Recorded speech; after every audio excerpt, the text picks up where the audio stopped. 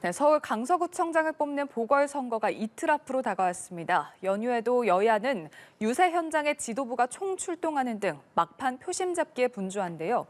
두 분과 정치권 소식 짚어보겠습니다. 조청래 전 여의도연구원 부원장, 윤재관 민주당 정책위 부의장 오셨습니다. 어서 오십시오. 네, 강서구청장 보궐선거 사전투표율이 역대 지방선거, 재보궐선거를 통틀어서 가장 높았습니다. 최고치를 경신을 했는데 두 분은 이 뜨거운 사전투표율 열기 어떻게 보셨는지, 그리고 이 열기가 과연 본투표로까지 이어질지 먼저 어떻게 전망하시는지요? 22.64%인가 그렇죠. 그러니까 21년도 4.7 재보선 때 20.54%였는데 이게 한 1% 이상 더 높아진 거예요. 그죠? 근데 이제 이게 사전투표가 실시되고 난 이후에 시간이 쭉 가면서요. 이제 홍보 효과라든가 이제 국민들이 알게 된 거예요. 사전투표를 하면 편리하다 이런 게 알게 돼서 이게 경향적으로 선거를 거듭할수록 사전투표율이 높아지는 경향을 보이고 있습니다. 그리고 이제 재보선 날은 평일이잖아요. 예. 직장인들이 투표를 하기가 힘들죠. 특히 강서구는 유권자 비중을 보면은 상당히 젊은 구입니다. 30대가 제일 많고요, 19%. 그다음 40대, 50대 순으로 많기 때문에 직장에 출근해야 되는 분들이 대거 이제 투표장으로 갔다 이렇게 볼 수가 있어요. 그래서 사전 투표율이 높아지면 본 투표에 영향이 없는 건 아니지만 예. 여러 선거의 그 경향들을 보면 이것이 꼭 강력한 본 투표 상승률로 이어지지는 않더라. 그래서 최종 투표율이 어떻게 나올지 저도 관심을 가지고 보고 있습니다. 예, 사전투표율이 계속해서 올라가는 경향을 보였고 이게 반드시 본투표의 상승률로 이어지진 않는다 이렇게 말씀을 해주셨거든요. 어떻게 전망하시는지요? 국민의힘의 희망사항이 아닐까 싶습니다. 근데 이번에 사전투표의 투표율을 보면 정권 심판론이 얼마나 국민들 사이에서 강한지 정확히 드러내고 있다. 저는 그렇게 생각합니다. 그래서 그것은 거대한 국민의 민심의 흐름이기 때문에 사전투표에서만 투표율이 높고 그다음에 본투표에서는 낮을 것이다. 그렇게 되지 않을 거라고 생각합니다. 이거는 지금 흐름입니다. 정권의 오만한 정권을 심판해야 된다는 국민적 여론은 비등한 상황이고 그것이 투표장으로도 연결되고 있다. 저는 그렇게 보입니다. 예, 말씀하신 것처럼 지금 민주당에서는 이 높은 사전투표율을 보고서 정권 심판론 여론이 반영이 됐다 이렇게 분석을 했고요. 국민의힘에서는 강서구민의 재개발 열망 그리고 야당 독주에 대한 심판 여론이 반영된 결과다 이렇게 해석을 했습니다. 자, 두 분 어떻게 보셨는지. 그러니까 이게 원래 재보선은 조직 투표 경향을 보입니다. 지지층의 결속도 정도가 투표에 영향을 미치거든요. 그런데 지금 이제 저희가 볼 때는 이렇습니다. 이재명 대표의 사법 리스크 방탄으로 인해서 사실은 국정도 표류가 되고 국회도 표류가 되고 이로 말미암아서 국민 일반의 경제나 민생 현안들도 사실상 표류가 되는 경우가 많았습니다. 이 부분이 이 투표 심리에 영향을 미칠 거다라고 보는 측면이 있고요. 예. 그다음에 이번에 이균용 대법원장 후보자 임명 동의안 부결 사태를 보면서 이게 사법부의 공백뿐만 아니라 요즘에 민주당이 입만 열면은 뭐 장관 해임, 탄핵 이렇게 얘기하고 있잖아요. 이런 부분에 대한 국정의 공백에 대한 국민들의 여론 이런 것도 영향을 미칠 수가 있고 그다음에 지금 강서구가 낙후된 지역도 있고 생활 여건을 개선한다든가 무슨 개발 수요를 수용해서 간다든가 하는 이런 국민들의 요구가 있습니다. 이런 부분들은 아무래도 집권 여당 그다음에 집권 세력의 기대심들을 가지게 되지 않겠습니까? 이런 부분들이 영향을 미치지 않았나 하는 생각을 갖습니다. 네. 윤재관 부의장님, 앞서 정권 심판론이 반영됐다라고 하셨지만 국민의힘에서는 오히려 정권 심판이 아닌 야당 독주 심판론이 반영됐다 이렇게 분석을 했습니다. 네. 계속 그런 말씀을 하시는과 동시에 국민 눈높이에서는 벗어나는 말씀을 하시는 거 아닌가 싶습니다. 지금까지 1년 5개월 동안의 윤석열 정부에 대한 국정 운영에 대한 평가, 그 결과를 보시면 한 번도 제대로 된 평가를 받지 못하고 국민들로부터 혹독한 비판을 좀 받고 있는 상황 아니겠습니까? 이런 것이 누적되고 있었고 또 하나는 그게 개선이 될 거라고 다들 기대도 했습니다만은 오히려 더욱더 독재의 형태로, 독주의 형태로 계속 가기 때문에 이러한 정부를 심판하는 것은 국민들이 회초리를 들지 않으면 절대 이 정부는 성공할 수 없다. 이 정부가 잘못된 것을 심판해야만 이 나라가 잘 된다라고 하는 국민적인 여론 그리고 국민적인 마음이 확고하다. 저는 이렇게 생각합니다.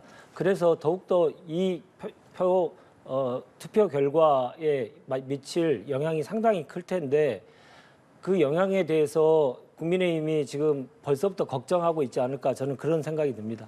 예. 자, 연휴 마지막 날이자 선거를 이틀 앞둔 오늘도 여야 지도부가 총출동해서 유세에 나서고 있습니다. 자, 특히나 단식 회복 치료를 받던 이재명 민주당 대표가 오늘 병원에서 퇴원을 해서 직접 현장을 찾는데요.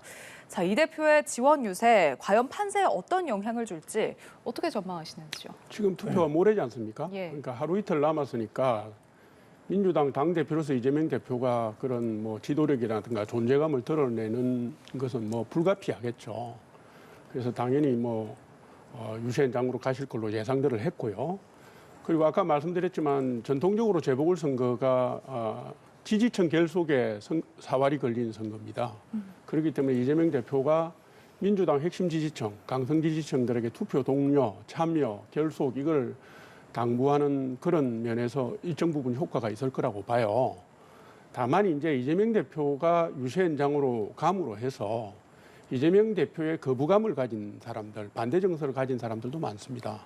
따라서 거부감과 반대 정서를 가진 사람들을 결속시키는 그런 부차적인 효과도 있을 거다 이렇게 봅니다. 예. 어떤 영향을 미칠 거라고 보시는지요? 말씀하셨듯이 지지층을 결집하는 효과는 분명히 있을 것이고 중도층에 어떻게 보일 것이냐가 문제 아니겠습니까? 근데 어떤 정당이든 선거를 앞두고 민심을 얻기 위해서 최선의 노력을 다하는 모습을 보이는 정당이 어느 정당인가 국민들은 계속 지켜보고 계실 겁니다. 그러한 차원에서 이재명 대표가 단식의 여파가 아직도 있음에도 불구하고 유세장에 찾음으로써 최선을 다하고 끝까지 사전투표율이 이렇게 높은 상황임에도 불구하고 끝까지 최선을 다하는 정당의 모습 그리고 당대표의 모습을 보임으로써 더욱더 중도층까지 유입하게 될 것이다. 저는 그렇게 예상합니다.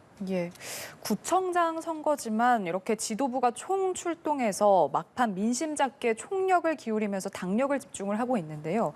선거 결과의 흐름이 총선에 영향을 줄 수 있다라는 전망도 있습니다. 이러한 전망에 대해서 어떻게 보시는지요? 이게 이제 뭐 전국적 선거로 커져버렸습니다. 사실은 구청장 선거지만은 지역 현안이라든가 주민생활과 밀접한 뭐 이런 정책 대결을 찾아보기 힘든 선거가 돼버렸잖아요.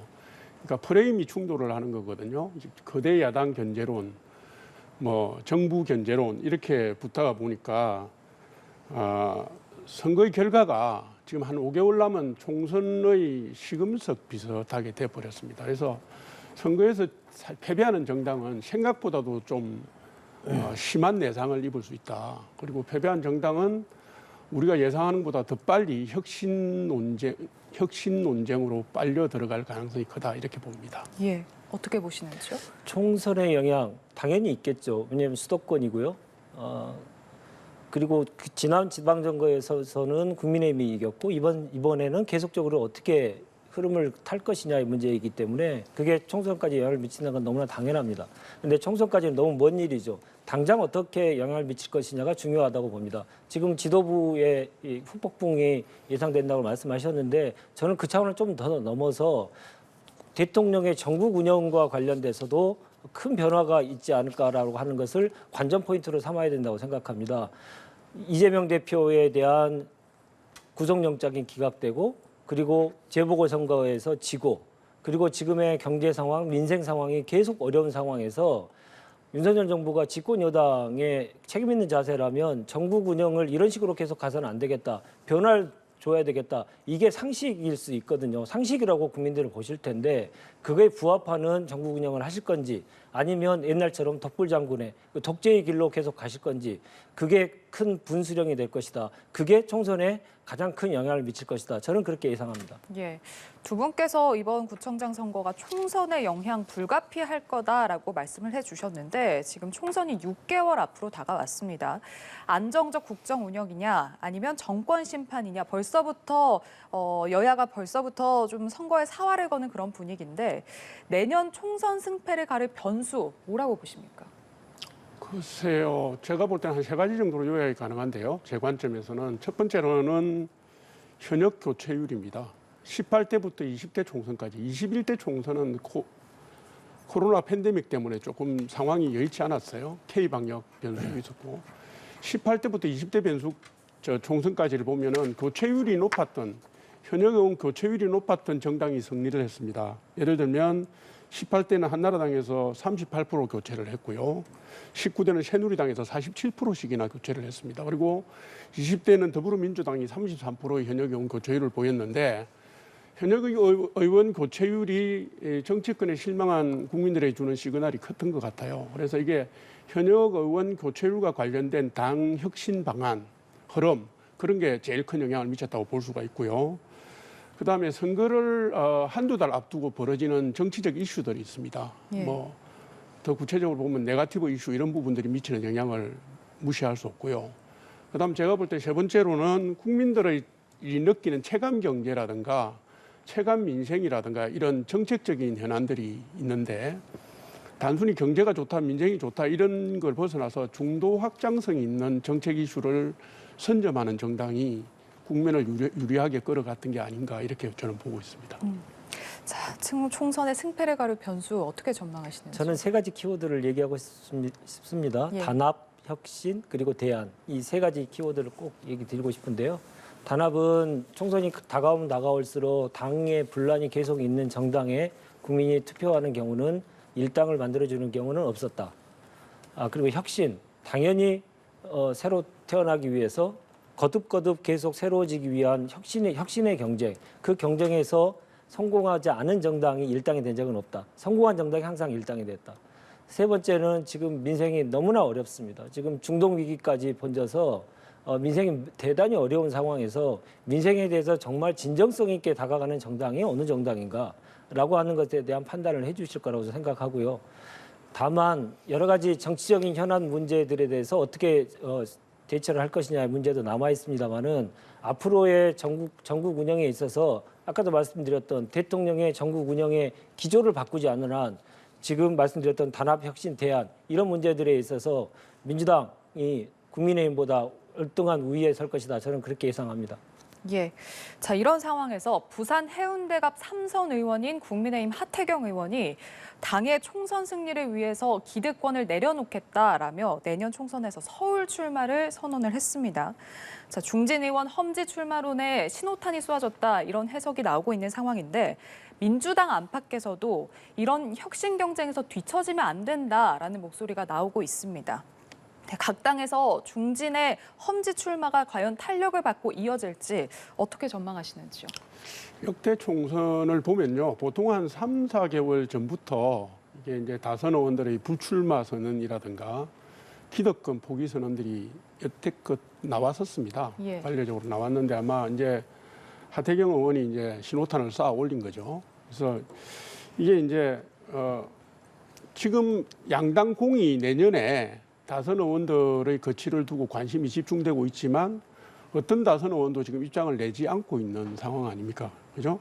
근데 이제 당선 안정권에 들어있는 지역구를 둔 다선 의원에 대한 압박이 시간이 갈수록 아마도 강화될 거다 이렇게 보는 것이고요. 예. 민주당의 상황을 제가 이제 바깥에서 이렇게 보면 지금 민주당의 경우에 현역 의원 숫자가 168명이에요. 그 중에 3선 이상의 다선 의원이 39명인데 이분들이 대부분 비명계입니다. 그래서 지금 잘 아시는 것처럼 민주당이 친명계와 비명계의 정치적 쟁탈이 갈수록 심화되고 있잖아요. 그래서 이런 추세 같으면 아마도 민주당의 다선 의원 교체율이 높아지지 않을까. 그게 좋은 의미든 나쁜 의미든 어쨌든 교체율이 높아지니까 이런 부분들이 정치권의 혁신 경쟁을 촉발하는 뭐 그게 글쎄요. 부정적이든 긍정적이든 그런 측면이 있을 걸로 보입니다. 예. 어떻게 전망하세요? 과거의 경험으로 보면 미풍이 항상 그쳤습니다. 왜냐하면 이 중진의 험지 출마에 대해서 국민들은 두 가지 시각으로 보시는 것 같아요. 진정성이 있느냐, 감동을 줄 수 있느냐의 문제. 두 번째로는 의도는 좋으나 당선 가능성이 없으면 그것도 좀 중간에 풀이 죽어버릴 수밖에 없죠. 그래서 두 가지 문제가 제일 중요한 것 같습니다. 진정성과 당선 가능성. 근데 진정성 측면에서 이번에 하태경 의원님께서 결단을 내리셨지만 그에 대해서 퀘스천 마크를 하는 국민들이 상당히 있으신 것 같아요. 왜냐하면 하태경 의원님은 영남의 3선 출신 아니십니까? 국민의힘이 항상 3선 험지가 아닌 지역, 따뜻한 곳에서 3선하는 의원님들에게 또다시 공천하는 경우는 별로 없었고, 그래서 3선 의원이 4선 가기가 대단히 어려우니 자기 살 길을 찾으러 가는 거 아닌가. 홍준표 대구시장이 지적한 것에 대해서 더욱더 방점을 갖는 분들이 상당히 많이 있는 것 같습니다. 그래서 이 감동이 좀 적은 것 같고요. 그분들이 아주 좋은 지역구에서 아주 평온하게 잘 사셨는데 수도권에 와서 이 험지에서 잘 살아남으실 수 있을지 저는 매우 의문이거든요. 그래서 이 두 가지 측면에서 봤을 때 하태경 의원님의 이 결단에 대해서 높게 평가합니다만은 미풍에 그칠 수밖에 없을 것이다라는 생각이 들고요. 중진의 험지 출마론에 관련돼서도 이 두 가지 기준에 의해서 정말 전략적으로 잘 판단하고 국민들께 꼼수를 부리지 말고 진정성 있게 하시는 게 좋겠다. 저는 이런 말씀 꼭 드리고 싶습니다. 예, 하태경 의원의 험지 출마 진정성 부분에서 조금 떨어지는 게 아니냐. 험지 출마도 진정성 부분을 국민들에게 이제 공감을 얻어야 한다라는 말씀이셨거든요. 뭐 저는 이 윤재관 부의장님의 말씀을 응원 멘트라고 생각하고 있습니다. 현역 의원들이요, 3번이나 국회의원을 했던 지역구를 포기하고 수도권에 간다는 건 굉장한 결단이 필요한 겁니다. 그거는 뭐 우리가 여야를 가리지 않고 말을 하나 안 하나 서로 다 아는 거고요. 진정성을 얘기하기에는 만약에 하태경 의원이 코너에 몰려서 밀려서 가는 거였으면 제가 볼 때 내년 초나 총선에 임박해서 가지 지금 벌써 가겠습니까? 그러니까 본인의 의지가 작용을 했고 그 의지에 따라서 수도권에다가 안착을 하는 노력을 미리 하겠다라는 말씀을 드리는 거예요. 그래서 뭐 너무 정치적인 안경을 쓰지 말고요. 칼날을 씌우지 말고 진정성 그대로 받아들이면 어떨까 싶으네요. 예. 알겠습니다. 자, 다음 주제로 넘어가 보죠. 윤석열 대통령이 지난달에 단행한 3개 부처 개각 인사 가운데 국회 인사청문회 파행 사태가 빚어진 김행 여성가족부 장관 후보자에 대한 임명만 아직 되지 않고 있습니다. 자, 민주당에서 사퇴 요구가 이어지고 있는 상황에서 대통령실은 일단은 국회 상황을 지켜보겠다라는 입장이거든요. 어떻게 정리가 될 거라고 보시는지요? 임명되지 않는 것이 너무나 당연하죠. 왜냐하면 지금 청문회가 끝났습니까? 청문회 중이다. 청문회 중에 후보자가 주랭랑을 쳐버리고 이런 상황이 벌어졌고 다시 속개가 계속 안 되고 있는 상태이기 때문에 청문회가 끝나지 않는 상황. 그 상황이 계속되고 있는데 어떻게 대통령이 임명을 하겠습니까? 그래서 너무나 지금 상황은 임명을 못한 것은 너무나 당연한 거고 그 책임은 누구에게 돌릴 거 없습니다. 김행 후보자에 있습니다. 그리고 여당에 있습니다. 어떻게 청문회장에서 국민들 앞에서 이루어지는 인사청문회에서 나갑시다 하고 여당과 후보자가 함께 나가는 이런 헌정 역사상 초유의 사건이 벌어지겠습니까? 이거는 상식에도 전혀 부합하지 않고 모렴치한 겁니다. 그러한 상황에서 지금 사퇴 요구를 계속하고 있죠. 당연히 사퇴 요구를 하고 있고 이러한 상황까지 벌어지는 것이 너무나 좀 자괴감이 좀 드는 상황 아니겠습니까? 그래서 김행방지법까지 지금 오늘 발의가 됐죠. 청문회에 나오지 않거나 청문회 중간에 도중에 이번처럼 도망을 가거나 이런 것에 대해서는 사퇴한다는 것으로 간주하는 법 개정안이 지금 발의되는 상태인데 이 정도 되면 거의 막가파식 이 인사청문회거든요. 좀 국민들께 사죄하고 사퇴하는 것이 맞고요.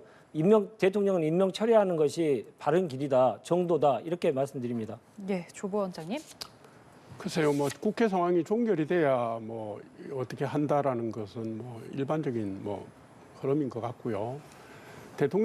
윤석열 대통령께서 국회에다가 김행 후보자에 대한 인사청문 요구안을 보낸 게 지난달 9월 15일입니다. 지금 관련 법안상으로 보면 20일 안에 심사 또는 인사청문을 끝내게 돼 있는데 그 날짜가 10월 5일이에요. 그러면 이게 이제 법상으로는 인사청문회와 관련된 사항이 종결된 시점이다. 이 점은 제가 짚고 가고 싶고요. 그다음에 장관청문회는 하루 하게 돼 있습니다. 10월 5일 날 하루 하게 돼 있는 거를 갖다가 제가 시간을 체크해 보니까 11시 반쯤 넘어서 민주당 단독으로 차수 변경을 해가지고 6일까지 연장을 했던데 장관청문회를 이틀 하는 경우가 없습니다. 이것도 법적으로 매우 부적절한 거고요. 어쨌든 뭐 국회 다수당 민주당이 청문회 절차가 안 끝났다고 주장하고 있으니까 조금 더 상황을 지켜볼 필요가 있다 이렇게 봅니다. 예. 근데 그 점에 대해서는 팩트는 정확히 말씀드려야 될 것에서 말씀드리겠습니다. 그때 상황을 보면 10시 50분에 나가자 이렇게 신호를 보내시고 여당에서 후보자와 여당의 의원님들이 한꺼번에 나가셨죠. 그 뒤로 지금 차수 변경이 되지 않기 위해서는 12시까지 입장을 다시 하셨어야 되는데 속개한 뒤에도 잠수를 타셔버렸어요. 후보자께서. 대한민국의 국무위원이 되겠다는 사람이 인사청문회에서 잠수를 타버리는 그런 초유의 사태가 계속 벌어지니 그걸 어떻게 12시에 끝내겠습니까? 계속 기다려야죠. 후보자가 올 거라고 다들 그게 상식이기 때문에 올 거라고 생각을 했던 거고 그래서 차수 변경이 이루어졌는데 끝까지 나타나지 않았다. 이게 정확한 팩트입니다. 민주당 건인숙 위원장의 정해 선언에 따라서 나간 거고요. 여당 의원이 불러서 나간 건 아니고요. 정해 선언에 따라서 나갔고 대기실에서 1시간 이상 대기했다는 말씀을 하는 걸로 대신하겠습니다. 네, 그 점에 대해서 정확히 또 말씀드리고 싶습니다만은 예. 예, 알겠습니다. 두 분과 정치권 소식 여기까지 이야기 나눠보도록 하겠습니다. 조청래 전 여의도연구원 부원장, 윤재관 민주당 정책위 부의장과 함께했습니다. 오늘 말씀 고맙습니다. 고맙습니다. 감사합니다.